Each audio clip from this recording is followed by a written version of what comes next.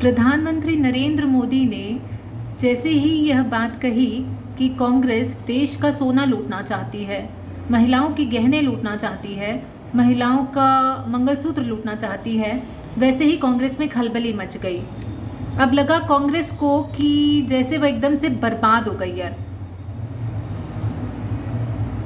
क्योंकि प्रधानमंत्री नरेंद्र मोदी ने कहा कि कांग्रेस ऐसा कानून बनाना चाहती है और इसके लिए उन्होंने मनमोहन सिंह के उस भाषण का उदाहरण भी दिया जिसमें मनमोहन सिंह ने कहा था कि देश के संसाधनों पर पहला अधिकार मुसलमानों का है।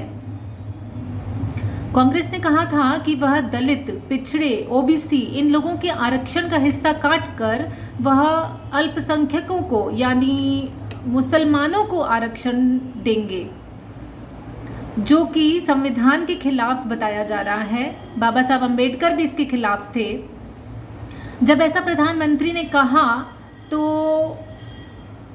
कांग्रेस में खलबली मच गई और कांग्रेस सफाई देते फिर रही है। पित्रोदा भी इसी तरीके की बात कर रहे थे और अब प्रियंका वाड्रा खड़े होकर बोल रही हैं कि 55 साल में कांग्रेस ने कब महिलाओं का सोना लूटा। तो सुनो प्रियंका जी, मैं बताती हूँ कि कब लूटा, तुम्हें समझ में नहीं आएगा।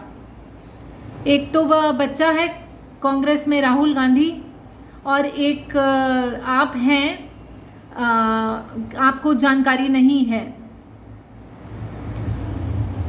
1962 में जब आपका जन्म भी नहीं हुआ था, उस समय रहस्यमय तरीके से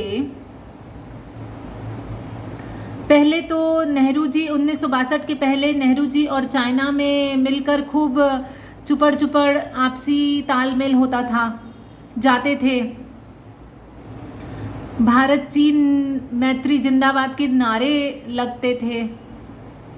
उसके बाद अचानक से रहस्यमय ढंग से क्या मीटिंग हुई, क्या सेटिंग हुई कि चाइना ने भारत पर हमला कर दिया। तो जिस जगह पर भारतीय सैनिक देश के लिए लड़ रहे थे, उस जगह पर आपके कांग्रेस पार्टी की सरकार गोला बारूद तो जाने दीजिए, खाना तक नहीं पहुंचा पा रही थी। जो हमारे सैनिक उन दुर्गम घाटियों में फंस गए थे, उनके पास खाने को नहीं था, वह भटक रहे थे, उनको रेस्क्यू नहीं किया गया। तो स्थिति यह हो गई थी प्रियंका जी कि उन लोगों ने अपने जूते में लगे सोल को, जिसमें चमड़ा होता है, उसको उबाल उबाल कर खाया था। आप कल्पना भी कर सकती हैं इसके बारे में। आपको पता है देश की राजनीति यह आपके पूर्वजों का लेखा जोखा है कि हमारे सैनिकों को जूते का चमड़ा उबाल कर खाना पड़ा। भूख से कितने मर गए, कितने गायब हो गए उस युद्ध में। और आपकी कांग्रेस की सरकार लगातार आदेश करती थी अपने सैनिकों को कि पीछे हटो, पीछे हटो। क्यों नहीं चाइना पर नेहरू जी ने उस समय एयर स्ट्राइक की? एयर स्ट्राइक को मना कर दिया। अगर एयर स्ट्राइक होती तो हमारी जमीन जाती? नहीं जाती, लेकिन नहीं किया।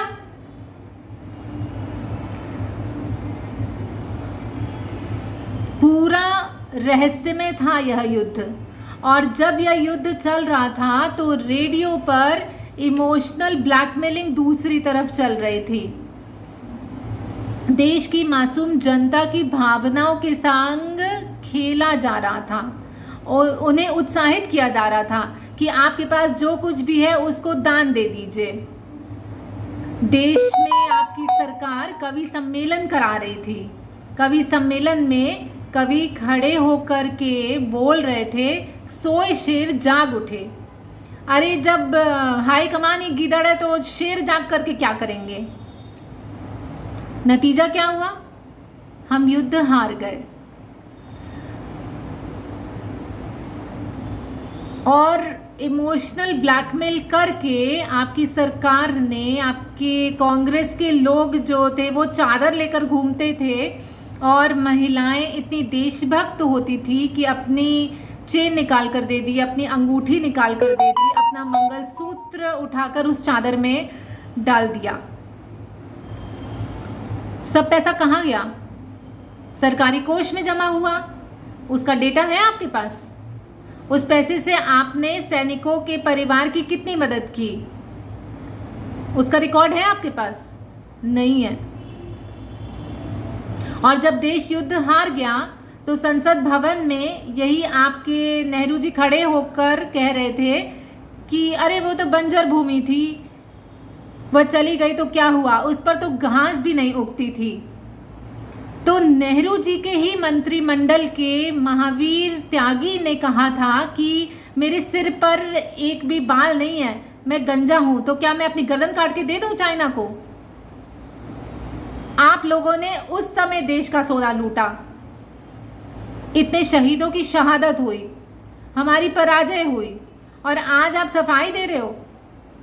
वह युग नहीं है जब आप देश की मासूम जनता को भ्रमित कर लेते थे। यह नया भारत है, यह आईटी सेक्टर में नंबर 1 है।